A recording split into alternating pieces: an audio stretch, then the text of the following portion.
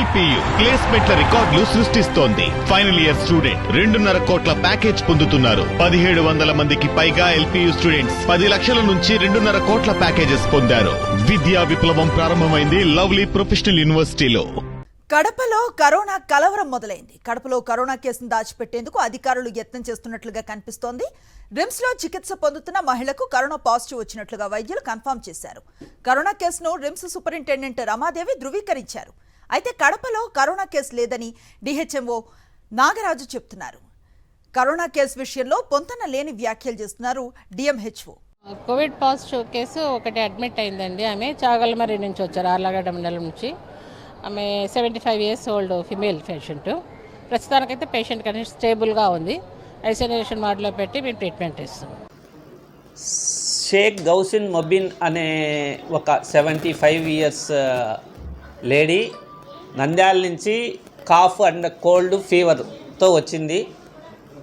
దాన్ని ఆమె ప్రైవేట్ హాస్పిటల్లోన, ప్రొద్దుటూరులోన, అలానే ప్రైమ్ హాస్పిటల్ ప్రైవేట్ హాస్పిటల్లో అడ్మిట్ ఇచ్చేసుకునింది. నెక్స్ట్ వీళ్ళు జీజీహెచ్కి వెళ్ళారు. అంటే బాగుందని వెళ్ళిపోయారు, మళ్ళీ వచ్చినారు. జీజీహెచ్కి వెళ్తే జీజీహెచ్లో కోవిడ్ వార్డులో అడ్మిట్ చేయడం జరిగింది.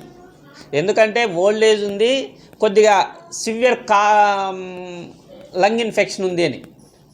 దానివల్ల వీళ్ళంతా కోవిడ్ అని చెప్పి దాన్ని ఇది చేయడం జరుగుతుంది. దీన్ని ఊరికేనే లేని దాన్ని పిక్చరైజ్ చేసి ఇది చేయాల్సిన అవసరం లేదు. Thank you. ఈ నెల 27న కడపలో మహానాడు నేపథ్యంలో కరోనా విషయం బయటకు రాకుండా కప్పిపుచ్చే ప్రయత్నాలు చేస్తున్నట్లుగా తెలుస్తోంది. కరోనా కలకలంతో మహానాడుకు ఎవ్వరూ రారని దాచేస్తున్నట్లుగా అనుమానాలు వ్యక్తమవుతున్నాయి.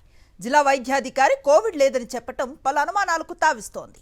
కరోనా ఉన్న ప్రాంతాల్లో సభలు సమావేశాలు నిర్వహించకూడదన్న నిబంధన ఉంది.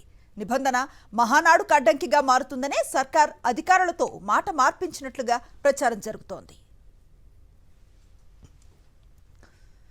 పూర్తి సమాచారాన్ని మా కరెస్పాండెంట్ శ్రీను అందిస్తారు. శ్రీను, ఏం జరుగుతుంది అసలు?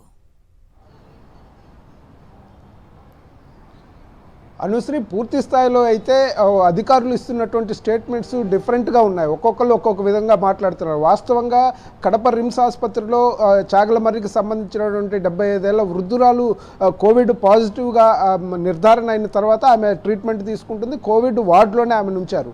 ఉంచిన తర్వాత స్పష్టంగా కోవిడ్ పాజిటివ్ అని చెప్పేసి అక్కడ ఉన్నటువంటి సూపరింటెండెంట్ కూడా చెప్తున్నారు. పాజిటివ్, ఆమెని ఐసోలేషన్లో పెట్టాము. అదేవిధంగా వాళ్ళ కుటుంబ సభ్యులు కానీ ఇంకా ఆమెతో కాంటాక్ట్ ఎవరైతే ఉన్నారో వాళ్ళందరినీ కూడా గుర్తించే పనిలో అనేది కూడా ఆమె చెప్తున్నటువంటి పరిస్థితి అయితే ఉంది.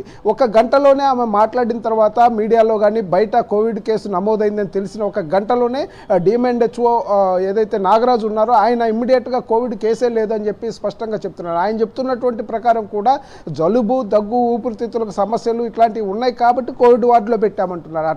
అటువంటి సిమ్టమ్స్ ఉన్నప్పుడు కోవిడ్ వార్డులోనే పెట్టాల్సిన అవసరం లేదు, దానికి ట్రీట్మెంట్ ఇవ్వచ్చు. కానీ కోవిడ్ వార్డులోనే పెట్టాము అని చెప్పి చెప్తున్నటువంటి నేపథ్యం అయితే ఉంది. సో ఇద్దరు కూడా డిఫరెంట్గా, ఎందుకంటే పైనుంచి వచ్చినటువంటి ఒత్తిడి మేరకే, ఎందుకంటే కోవిడ్ కేసు నమోదైతే తప్పనిసరిగా జిల్లాలో కోవిడ్ ప్రోటోకాల్ని పాటించాల్సి ఉంటుంది. ఈ నెల 21వ తేదీన రాష్ట్ర ప్రభుత్వం ఇచ్చినటువంటి ప్రోటోకాల్ ప్రకారము సభలు సమావేశాలు ఇట్లాంటివి అవి కూడా నిర్వహించకూడదు, ఒక గ్యాదరింగ్స్ భారీ ఎత్తున గ్యాదరింగ్స్ చేయకూడదు. కాబట్టి ఇది ఈ నెల 27 నుంచి 29 వరకు 3 రోజుల పాటు జరిగేటటువంటి టీడీపీ మహానాడుకి ఇబ్బందికరంగా మారుతుందనే ఉద్దేశంతో పైనుంచి వచ్చినటువంటి ఆదేశాల మేరకే ఈ విధంగా ఏదైతే కోవిడ్ లేదని చెప్తున్న పరిస్థితి ఉందనేది స్పష్టంగా ఇక్కడ ప్రచారం జరుగుతున్న నేపథ్యం అయితే ఉంది. ఎందుకంటే పైన మంత్రి స్థాయి నుంచి కూడా కింది వరకు కూడా ఇప్పుడు ఉదయం నుంచి ఏదైతే అక్కడ ఉన్నటువంటి సూపరింటెండెంట్ ట్రీట్మెంట్ చేసినటువంటి వాళ్ళేమో కోవిడ్ పాజిటివ్ అని చెప్తున్నప్పుడు పైనుంచి కింది వరకు అధికారులు కానీ నాయకులు కానీ వీళ్ళందరూ కూడా కోవిడ్ లేదనేటువంటి ప్రచారం చేస్తున్నటువంటి పరిస్థితి అయితే స్పష్టంగా కనిపిస్తుంది. Anusri, right, thank you Srinivas.